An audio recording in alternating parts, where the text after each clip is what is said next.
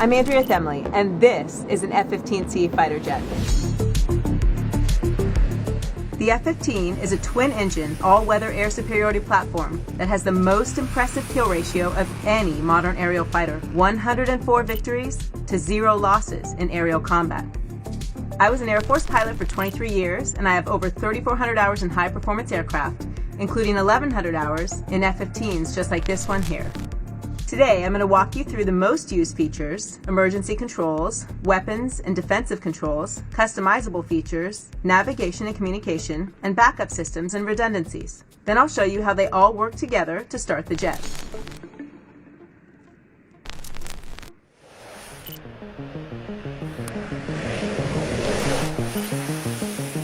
There are over 250 buttons in the cockpit, but it was designed so that everything the pilot uses the most is right in front of them. Moving from top to bottom, the most important features are the HUD, which is the heads-up display, the radio, the ADI, which is the attitude directional indicator, the HSI, the horizontal situational indicator, the stick, the throttles, and the rudder pedals. These large screens are powered off right now because the information they display is classified. You have the vertical situation display, the multi-purpose color display, and the pad, but we'll get back to these in a moment. Everything that's yellow and black on this aircraft is pretty much a switch you don't want to have to use. For example, the ejection seat. When I pull 45 pounds of pressure on these ejection handles right there, and I move those levers up 2 inches, I am sitting on a catapult rocket. I'm going to be sent straight out of the aircraft, and I'll find myself 1.8 to 2.9 seconds later underneath a full parachute canopy. Out of all of these controls here, there's actually one that we are prohibited from using, and that is the VMAX switch down here on the left console. So it is actually safety wired shut, and it is guarded closed, and it's a switch that we're not actually allowed to use. But if you were to use it, if you were to rip that safety wire off and unguard it and turn that on, what it's going to do is allow the engine to burn 22 degrees hotter, and it gives you about 2% more revolutions per minute. So it really just gives you a little bit of extra thrust if you need it in a combat situation. So some of the other yellow and black switches, there's an emergency jettison switch. If you're in a thrust efficient situation where you really need to get all of the external stores off the aircraft, you would hit this button right here. And basically all of your fuel tanks, all of your weapons, anything that's on the aircraft will be jettisoned right away. If you've lost an engine and it's a high pressure altitude type scenario and you really need that extra thrust, it's going to reduce your drag and reduce your weight significantly. This switch right here is an emergency jettison switch for the canopy. If for some reason I'm unable to open my canopy and say everything is engulfed in flames, I might just want to blow that canopy off. And this switch right here uses a little bit of pyrotechnics to do that. It is a one-time actuation switch, and you don't want to have to do it if you really don't need to. All right, this switch is for the hook. There is a tail hook in the F-15, and even though we don't land on carriers, we might need that hook to be able to catch an approach end cable in case there was a brake problem or a gear problem that necessitated it. Once they put the hook down, there are cables strung across the approach end of a lot of fighter runways. They'll be able to actually take that cable and not have to use the full length of the runway, and the cable will help stop the aircraft in the event of any gear problem or brake problem. The F-15 has a highly sophisticated weapons and defensive system. It's controlled with HOTAS. HOTAS stands for hands-on throttle and stick.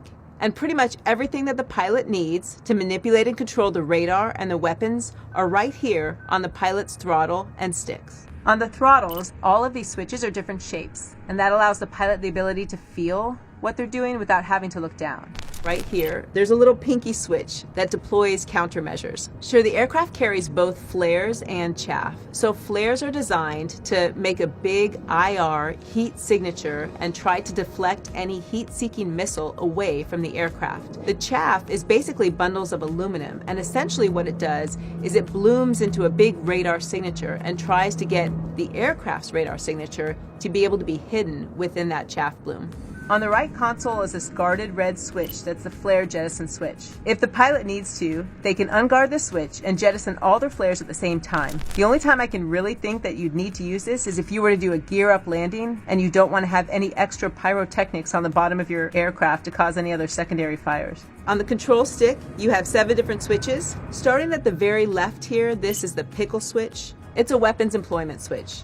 It's called the pickle switch because in World War II, the B-17 bomb sight was so accurate it was said to be able to hit pickles out of a pickle barrel, hence the name pickle switch, and it has stuck for 75 years. Moving over here, this is called the castle switch. It looks exactly like a turret of a castle, so that's why they've named it that. This switch has multi-functionality depending on your right, left, side to side, straight up and down, and it does various things with your displays to be able to put whatever the pilot needs when they want it on the proper display.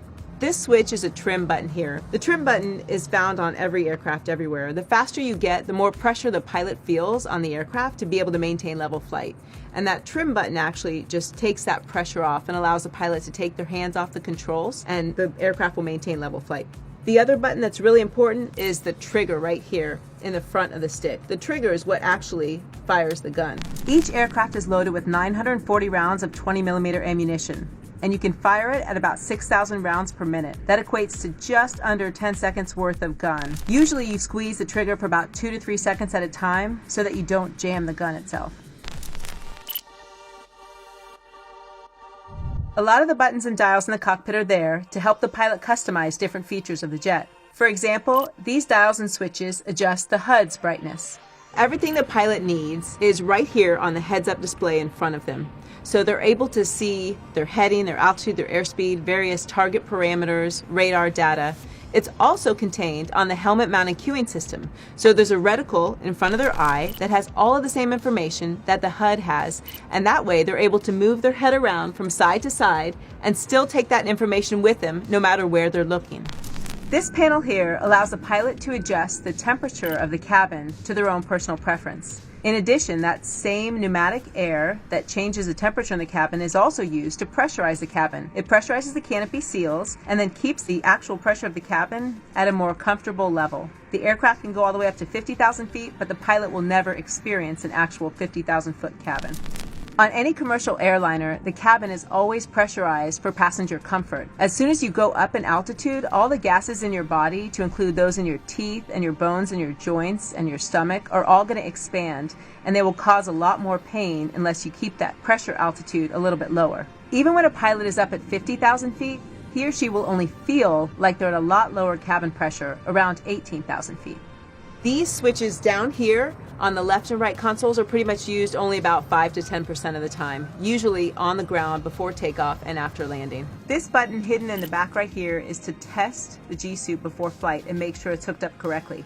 Every pilot wears what's called a G-suit to help counteract the extreme pressures that they feel when they're pulling Gs. If you're not used to the G-forces, it's easy to pass out even when you experience 4 or 5 Gs. If you've ever been on the bottom of a loop of a roller coaster and you start seeing grayed out vision where you don't have 100% of your color vision, that's when you're starting to feel those G-forces already and the blood leaving your brain. The G-suit is designed to squeeze against your own muscles and remind you to do an anti-G straining maneuver.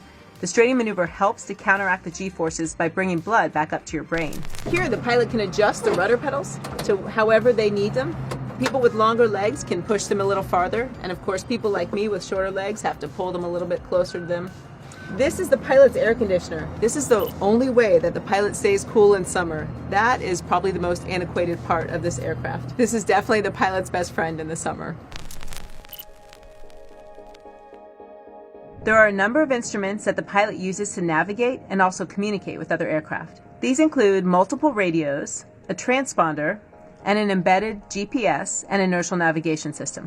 The pilot has multiple radios, so they're able to talk to multiple external agencies at once, in addition to being able to have intra-flight communications with their wingman. This is your primary control for your Radio 1. The aircraft has 3 radios, and this radio here can be turned on with this switch right there, and you can control it in either a preset channel or a manual frequency that can be dialed right in here from the pilot.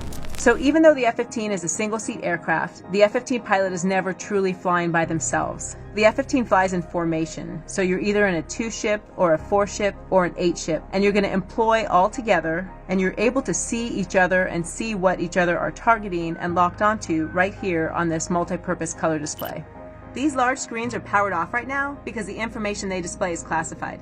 The MPCD, or multi-purpose color display, is going to give the pilot a moving map, and what this is going to do is display the pilot's own ship position with respect to everything else out there, to include their own formation members, the enemy targets, the enemy fighters, enemy airfields, anything that's out there. The pad on the top right side is going to be an interchangeable display that allows the pilot to put targeting pod information, radar warning receiver information, or engine management display information about the current parameters of the engines. Over here is your vertical situation display.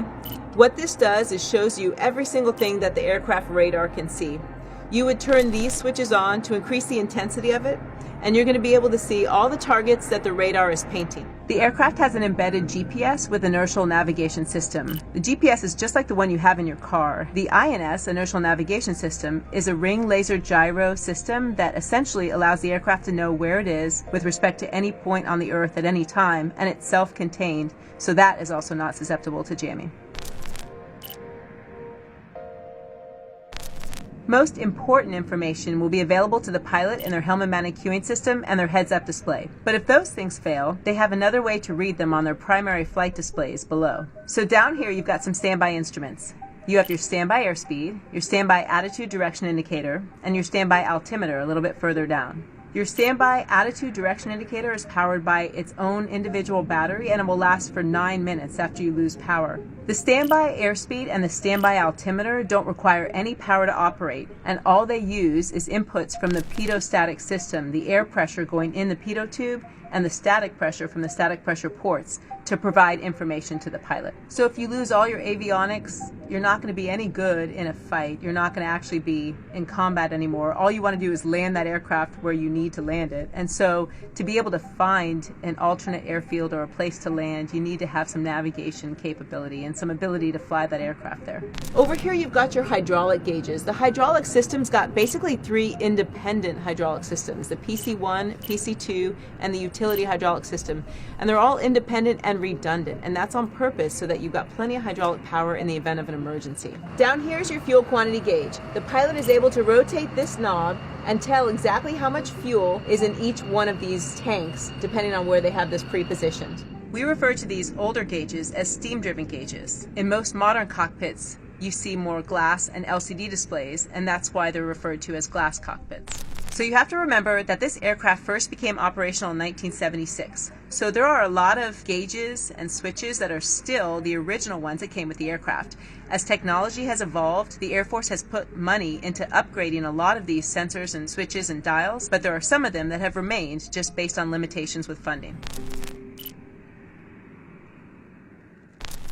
So now that we've gone over everything in the cockpit, here's how it all works together to actually start the jet. First, the pilot has to turn the engine master switches on, which turns the fuel pumps on and enables the JFS, or jet fuel starter, to couple to the engine. Normally, a jet engine, which is a turbine engine, is going to need air flowing over the compressor blades to continually keep that turbine running. Because you don't have that air flowing on the ground, the F-15 needs a separate little small motor called a jet fuel starter, or JFS, to be able to power those engines and turn those turbines. Once the engine gets to 18% RPM, the pilot's going to add fuel by pushing the throttle to the idle position, and it's going to complete the start sequence on its own. Once it gets to around 50% RPM, that JFS will automatically decouple and be ready to start the second engine. So there you have it. I've shown you the most important features of the F-15. So while all of this looks very overwhelming, the engineers really did have everything in mind for the pilot to be able to ergonomically control everything that they needed at the appropriate time. The men and women that fly this aircraft spend a lot of time in the air and in the simulator practicing, a lot of repetition and a lot of drive to ensure that they can be the best they can be at employing this aircraft.